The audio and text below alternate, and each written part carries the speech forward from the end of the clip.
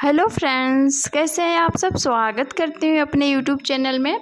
तो कहानी का अगला पार्ट में लेके आ गई हूँ फ्रेंड्स। तो सुधा रोती रहती है, अपनी किस्मत के बारे में सोचती रहती है कि क्या लिखा है मेरे किस्मत में, कब मेरा अच्छा दिन आएगा। बस एक उम्मीद के साथ ज़िंदगी जीती है, घर का सारा काम करती है, मीन्स एक घर काम वाली बन के रह जाती है। इधर रजनी पूरा ऐश की ज़िंदगी राजा के साथ रानी बन के रहती है। ऐसे ही देखते देखते समय बीतते जाता है और सब अपने काम में व्यस्त रहते हैं। तो राजा एक दिन बोलते हैं कि मेला लगा हुआ है, मैं जा रहा हूँ मेला देखने। तो पूछते हैं कि अपनी पत्नी से पूछते हैं कि सुधा तुमको कुछ चाहिए मेले में से। तो वो बहुत सारा बड़ा लिस्ट पकड़ा देती है कि मुझे ये चाहिए, ये चाहिए, वो चाहिए। सारा लिस्ट बताने के बाद कहती है आज तो आप जाइए लेके आइएगा, फिर एक दिन मैं भी चलूँगी आपके साथ मेला देखने। बोलते हैं ठीक है। जब रजनी से बोलते हैं कि तुमको भी कुछ चाहिए, तो वो बोलती है कि मुझे एक डॉल चाहिए। तो राजा बोलते हैं डॉल। तो बोलती है हाँ, जो लकड़ी का होना चाहिए, मुझे लकड़ी वाला गुड़िया चाहिए। तो बोलते हैं राजकुमार की ठीक है, मिलेगा तो मैं ज़रूर लेके आऊँगा। सोचते हैं कि कितनी सिंपल लड़की है, इतना मैं पूछा हूँ तो दूसरा कोई होता तो बहुत कुछ बता देता।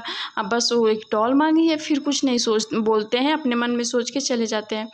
तो जो जो उनकी पत्नी सुधा बताई रहती है सारा सामान ले लेते हैं और रजनी के लिए डॉल ले लेते हैं। जब डॉल लेके घर आते हैं तो रजनी को दे देते हैं, सुधा का सारा सामान सुधा को दे देते हैं।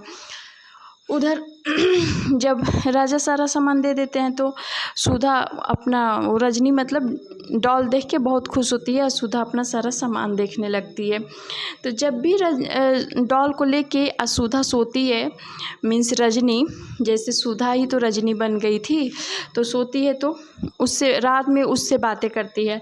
अब बोलती है कि उससे डॉल से बोलती है एक कठपुतरी। तो वो बोलती है का राजा धियरी। तो वो कहती है कि हम राजा का बेटी हो के काम करें, काम वाली राज करे। तो डॉल उनसे बोलती है चुप रहो बेटी, चुप रहो, तोहरो दिन लौवटी। मतलब वो डॉल से बातें करती है कि हम राजा का बेटी हो के इतना काम कर रहे हैं और काम करने वाली हो के ऐश की ज़िंदगी जी रही है, रानी बन गई है। तो उसको डॉल समझाती है कि चुप रहो, तुम्हारा भी दिन लौटेगा। फिर सुधा सोचती है कि बताओ मेरा नाम भी नहीं रहा, मैं रजनी बन गई और वो सुधा बन गई। ऐसे ही सोचती रहती है और रात में बात करती रहती है। बात करते करते एक दिन राजा सुन लेते हैं रात को कि किससे रात में बात कर रही है। फिर जब वो इस बारे में अपने पत्नी से कहते हैं सुधा से, तो वो उसके ऊपर गलत आरोप लगा देती है। बोलती है कि वो ज़रूर किसी को अपने रूम में बुलाती होगी। फिर क्या होता है कि राजा एक दिन चुपके से सुन रहे थे और गेट खटखटा देते हैं। जब गेट रजनी खोलती है इतने रात में, राजकुमार को अपने सामने देख के पूछती है क्या हुआ। तो जब क्वेश्चन करते हैं कि किससे तुम बात कर रही थी, कहाँ बात कर रही थी, कौन है, ऐसा बोलने लगते हैं तो रोने लगती है। बोलती है ऐसा नहीं है, कोई नहीं है, मैं डॉल से बात करती हूँ। कुमार बोलते हैं मुझे बेवकूफ़ बनाओगी, ये लकड़ी के डॉल से तुम क्या बात करती हो। तो बोलती है ठीक है, मैं कल आपको 12 बजे सुनाऊंगी। जब डॉल से बात करके सारी बातें सुना देती है राजा।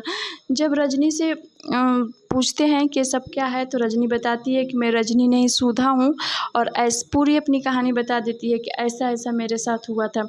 राजा को बहुत आश्चर्य होता है। और जब उससे पूछते हैं सुधा से, तो इस बात को जब कड़ाई से पूछते हैं तो इस बात को मान लेती है कि हाँ मेरे मन में लालच आ गया था, इसलिए मैं आपके साथ शादी कर ली। आंख पे का निकाल के अपने आप को राजकुमारी बता के मैं अपना नाम आपसे रजनी और सुधा बता दी और सुधा को रजनी बना दी।